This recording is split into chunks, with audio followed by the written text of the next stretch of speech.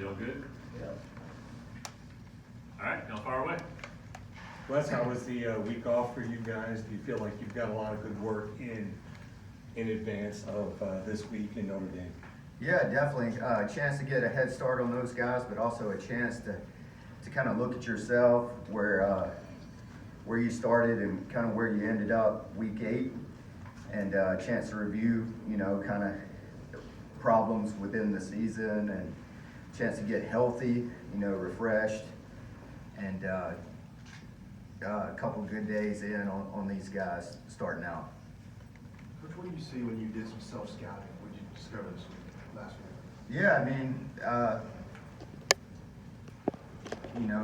I've seen our team definitely improve throughout the season. I saw a lot of young guys kind of get some good exposure early on, but guys improving their technique, playing with more confidence, belief, and, trusting the scheme, trusting themselves, and, missed tackles, chance to work basic fundamental tackling last week, and chance to improve there, chance to reinstall some of our run fits, refresher course, that some of the details that kind of get left out throughout the season, but just a great opportunity to learn and teach our football team.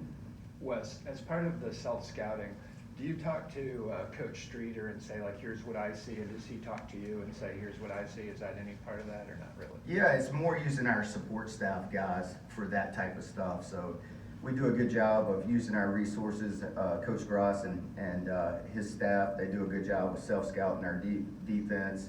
Same with DMAC and our crew. They self-scout our offense and give us, tips and tendencies that we've shown, areas of improvement. Hey, this may be something that teams want to exploit, different weaknesses or stuff that they see, and just a great opportunity to learn from all the knowledge in our building. Everybody talks about, you having to replace the great Brent Venables. How's DMAC doing replacing you? Yeah, I think he's doing a great job. Those guys work extremely hard. They're really knowledgeable at what they do. And, I trust those guys and respect, all that they bring to the table. What challenges do you think Notre Dame will present offensively? Yeah, their physicality in the run game, what you have to stop. You got to stop the run game, and the ball is going to 87. They have some other players that they spread it around too, but those running backs, the 3 backs, they all got about the same carries. It'd be a challenge, stop the run game. And then, in the passing game, 87 has all the targets. And then, so just physicality up front.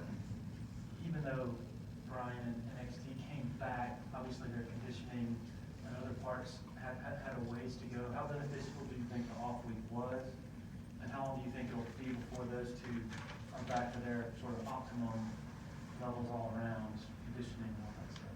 Yeah, I think it was a great week. They got a lot of reps last week, and were able to get back going in practice. And I'm sure they'll practice progression plan this week, no different than what it's been the past couple weeks, but just really good to see them get back going and gain more confidence in their technique and playing with pad level and all the basic fundamentals that we coach, and hopefully we can continue to gain consistency up front with those guys back in the lineup. The missed tackles and the run fits, were those the biggest issues that you think you guys still have to address after these 8 weeks, or first 8 games? Yeah, the last couple weeks definitely. Florida State, I thought we gave up a few things in the run game that we shouldn't have, and just clean up missed tackles. A lot of that comes from just being in the lineup, gaining that confidence. Some of the issues were guys being out of the lineup, or against athletic quarterbacks such as Jordan at Florida State. But speaking of guys out of the lineup, is Barrett Carter back working with you guys, and you anticipate him playing on Saturday? Yeah, he's progressing back, and don't see any setbacks, but we'll see how this week goes.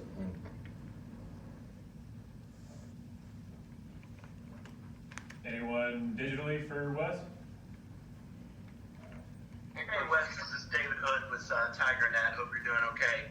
Yeah, Watching that Notre Dame Syracuse this past weekend, they lined up in 14 personnel, which isn't something you see a lot. And you watch a lot more film than I ever have time to. Do you see 14 personnel, all that often? I know it's down on the goal line. And how do you kind of defend something like that when you see it coming in? yeah, definitely. You expect it with those guys for sure. The Notre Dames, Boston Colleges of the world who rely on that type of thing. It's a big part of what they do offensively. I think first and foremost, you better have a physical mindset on Saturday night. That's the number one thing. Is our guys have to show up with the right mindset. It's a championship football, big boy football. Bring your pads, let's go to work mentality. And just structurally, you also have to help those guys out. Pre-snap alignments, those guys want to stay on their double teams and move the guys up front. And so you got to do a good job of getting them off double teams. And then once you get them off the double teams, you got to win your one-on-one matchup. In watching them, not a lot of trickery, not a lot of eye candy. They kind of say, here's what we do. Now you stop us. And it starts with Ostame and kind of those three running backs. Do you kind of embrace this challenge of knowing, hey, here's a team that they're just going to come at us physically, and there's no frills there? No doubt, it's old school football, no question. But they also do a great job of attacking you formationally and use a lot of motions as well. So at times they line up just basic formations, and you know what you're getting. Straight downhill run, but there's also times where they shift in motion and get you into some issues there. And so we got to do a great job with adjustments and communication out back and make sure everyone's on the same page and aligned properly pre-snap. How do they get that tight end Michael Meyer open so much? It seems like he's open short, crossing routes down the field, or is it just a case of a great player making plays? I think just a combination of all. I think he's a really savvy route runner. He understands how to use his body and position to create leverage and separation at the top of the route, and obviously just being physical at the top of the stem and not letting him push off and create that separation. And he runs big. He runs better than you think for a big guy. So just being able to stretch the field vertically as well. Hey, Coach Goodwin, this is Anna Adams with Clemson 24/7. Seems like under Harry Houston, this offensive line group has maybe gelled more as the season has gone along. Just what have you seen from like week 1, week 2 to now from that group? Yeah, most definitely. Just you can say that about their entire offense. Winning 4 out of their last 5 games. Just gaining more confidence from every position group. Quarterbacks gain more confidence as he's become the starter. Offensive line has really gelled together and really been consistent up front, running the football week in, week out. I think their backs are really, really good, and it'll be a huge challenge for us. And so be a tremendous challenge to kick off the championship phase.